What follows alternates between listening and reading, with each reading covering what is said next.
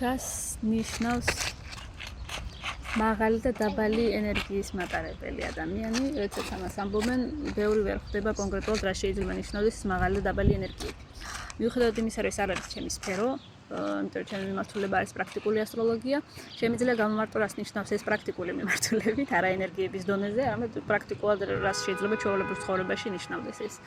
როდესაც ადამიანი არის მაღალი ენერგიის მატარებელი და ჩვენ ყველა ვამუშავებთ რუკას და ვმუშაობთ საკუთარ თავზე ზუსტად იმიტომაც, რომ ვიყოთ მაღალი ენერგიის მატარებელი.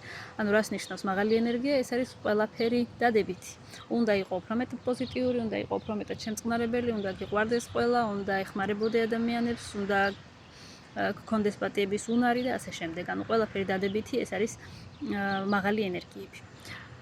დაბალი ენერგიის მატარებელი ადამიანები არიან ისინი, რომლებიც ყოველ დღე წუწუნებენ, ყოველ დღე ნეგატივის აფრქვევენ, ესე ვთქვათ.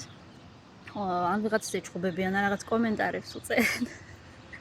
ნეგატიურ კომენტარებს, რაღაც არ მომწონს, ან დასცინიან კომენტარებში. სხვა ადამიანები ითვლებიან როგორც განუვითარებელი, დაბალგანვითარებული ისეთი ადამიანები, რომლებსაც სჭირდებათ უფრო განვითარება მეტად.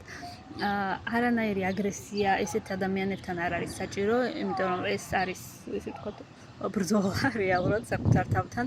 ამ ადამიანებს ეს ადამიანები არ არიან ბედნიერები, ეს ადამიანები არიან პროცესში, რამეს მიაღწიონ და უჭირთ ამ ყველაფრის მიღწევა.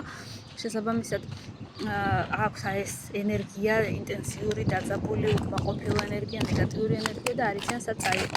შესაბამისად, ნეგატიური ენერგია, როდესაც გაქვს ძალიან ბევრი და ცუდად ხარ, რას აკეთებ? ვითარდება ვამპირიზმი.